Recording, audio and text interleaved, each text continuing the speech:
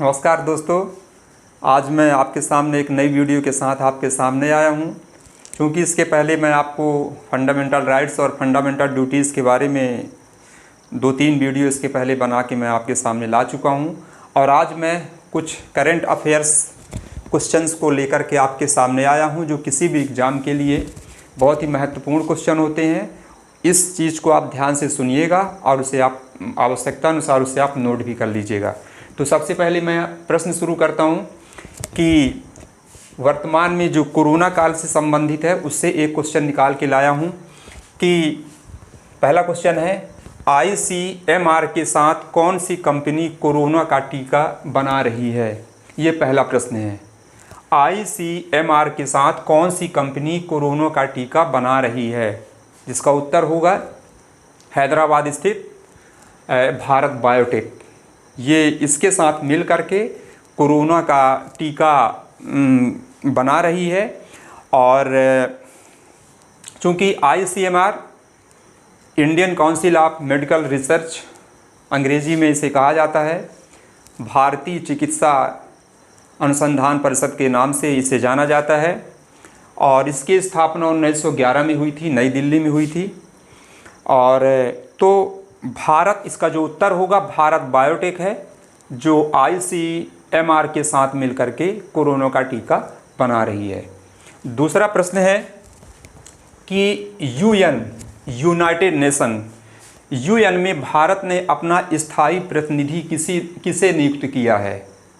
United nation में भारत ने अपना, संयुक्त राष्ट्र संघ में भारत ने अपना स्थायी प्रतिनिधि किसे नियुक्त किया है।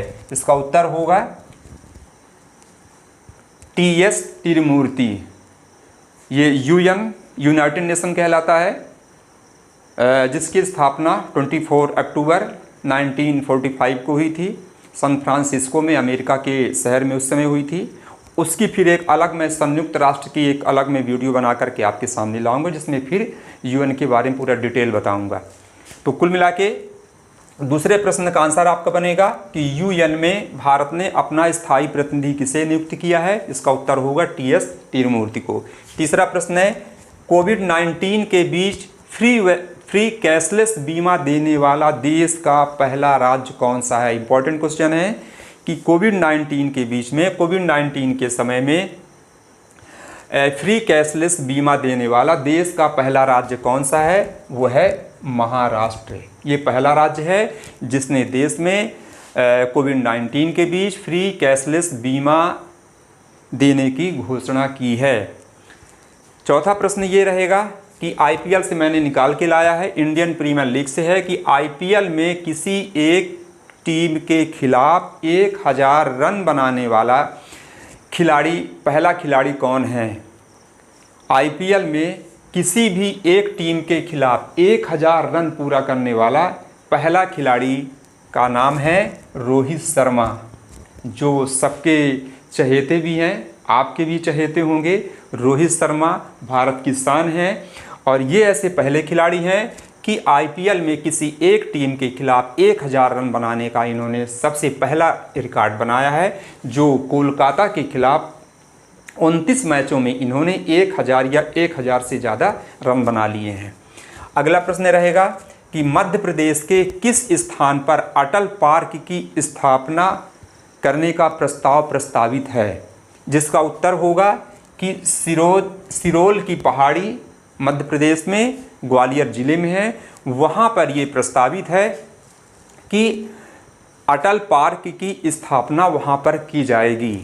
तो पुनः एक बार मैं बताता हूँ आपको, ये रिपीट भी कर देता हूँ कि मध्य प्रदेश के किस स्थान पर अटल पार्क की स्थापना का प्रस्ताव प्रस्तावित है। तो यह ग्वालियर डिस्ट्रिक्ट में है, सिरोल की पहाड़ी में।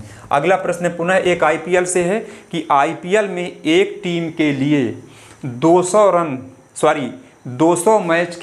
मैच खेलने वाले पहले खिलाड़ी का क्या नाम है। वो पहले प्रश्न था कि किसी एक टीम के खिलाफ 1000 रन बनाने वाले। अब अगला जो प्रश्न है, IPL में एक टीम के लिए 200 मैच खेलने वाले पहले खिलाड़ी कौन हैं। वर्तमान में इंडियन क्रिकेट टीम के कैप्टन हैं विराट कोहली। उन्होंने मतलब एक फ्रेंचाइजी के लिए, एक टीम के लिए उन्होंने 200 मैच खेले हैं और वो पहले खिलाड़ी हैं जो किसी एक टीम के लिए या एक फ्रेंचाइजी के लिए 200 मैच खेले हों। उनका नाम है विराट कोहली। अगला प्रश्न है, विश्व गुलाब दिवस कब मनाया जाता है? इस क्वेश्चन को मैंने इसलिए निकाल के लाया है कि ये कैंसर पीड़ितों से संबंधित है। मैं इसको बताता हूँ। तो विश्व गुलाब दिवस मनाया जाता है 22 सितंबर को। मुख्य रूप से बताने का मेरा उद्देश्य ये है कि जो कैंसर पीड़ित लोग होते हैं उनको गुलाब का फूल दे करके उनके मन में एक खुशी का भाव पैदा करना, उनके मनोबल को बढ़ाना, उनके मन में एक खुशी जागृत करना, उत्साह को बढ़ाना, ये मुख्य उद्देश्य होता है। इसीलिए 22 सितंबर को, हर 22 सितंबर को विश्व गुलाब दिवस मनाने का निर्णय लिया गया था और जो हर वर्ष मनाया जाता है। तो कैंसर पीड़ितों के मनोबल को बढ़ाने के लिए विश्व गुलाब दिवस मनाया जाता है 22 सितंबर को। अगला प्रश्न है कि किस राज्य सरकार ने 17 सितंबर को सामाजिक न्याय दिवस मनाने का निर्णय लिया? इंपॉर्टेंट क्वेश्चन ये है कि किस राज्य सरकार ने 17 सितंबर को सामाजिक न्याय दिवस मनाने का निर्णय लिया है? वो देश का राज्य है तमिलनाडु। इसका पुनः मैं एक बार इसका बैकग्राउंड बता देता हूँ कि तमिलनाडु में वहाँ के बहुत बड़े समाज सुधारक माने जाते हैं ईवी रामासामी पेरियार हैं, जिनका योगदान पिछड़े वर्गों के आरक्षण की जो रक्षा करता है वो संवैधानिक संशोधन अधिनियम में इन्होंने अपनी महती भूमिका निभाई थी। इसी उनकी उपलब्धि, इसी उनके इस योगदान को ध्यान में रखते हुए तमिलनाडु की सरकार ने पेरियार जी के जयंती के रूप में सामाजिक न्याय दिवस मनाने का निर्णय लिया है। पुनः एक बार इम्पॉर्टेंट क्वेश्चन के रूप में आपको बताता हूं कि किस राज्य सरकार ने 17 सितंबर को सामाजिक न्याय दिवस मनाने का निर्णय लिया है, जिसका उत्तर रहेगा तमिलनाडु। अगला प्रश्न रहेगा कि अभी हाल ही में किस देश के राष्ट्रपति ने आर्थिक आपातकाल की घोषणा की है? ये भी एक महत्वपूर्ण क्वेश्चन है कि किस देश के राष्ट्रपति ने अपने देश में आर्थिक आपातकाल की घोषणा की है, जिसका उत्तर होगा श्रीलंका, जिसकी राजधानी मानी जाती है कोलंबो।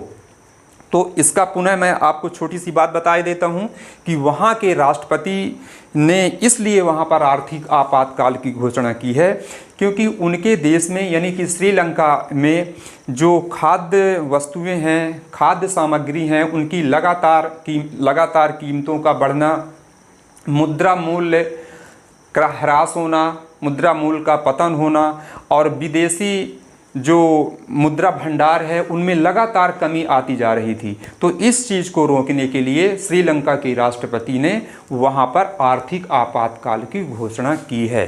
अगला प्रश्न है कि बिल्कुल एकदम करंट का है, लेटेस्ट क्वेश्चन है कि भारत के नए एयर चीफ मार्शल के रूप में किसे नियुक्त किया जाएगा?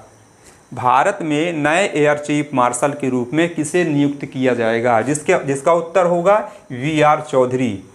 वी.आर. चौधरी जी को 30 सितंबर को एयर चीफ मार्शल के रूप में नियुक्त किया जाएगा क्योंकि अभी वर्तमान में जो एयर चीफ मार्शल हैं आर.के.एस. भदौरिया जी हैं, उनका कार्यकाल 30 सितंबर को समाप्त हो रहा है और उनके जगह नए जो एयर चीफ मार्शल बनेंगे वी.आर. चौधरी जी बनेंगे। इम्पॉर्टेंट क्वेश्चन है, आप इसे लिख भी लीजिएगा या अपने दिमाग में इसको रख लीजिएगा। कई बार आप वीडियो देखेंगे तो ये सारे क्वेश्चन आपको याद भी हो जाएंगे।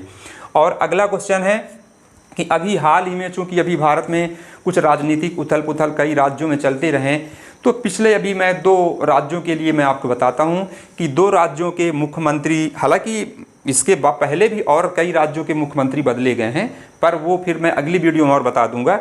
तो अभी हाल ही में गुजरात एवं पंजाब से संबंधित 2 मुख्यमंत्री जो बदले गए हैं, तो चूँकि गुजरात के जो मुख्यमंत्री थे विजय रूपाणी जी, उनके जगह में श्री भूपेंद्र भाई पटेल जी को मुख्यमंत्री बनाया गया है।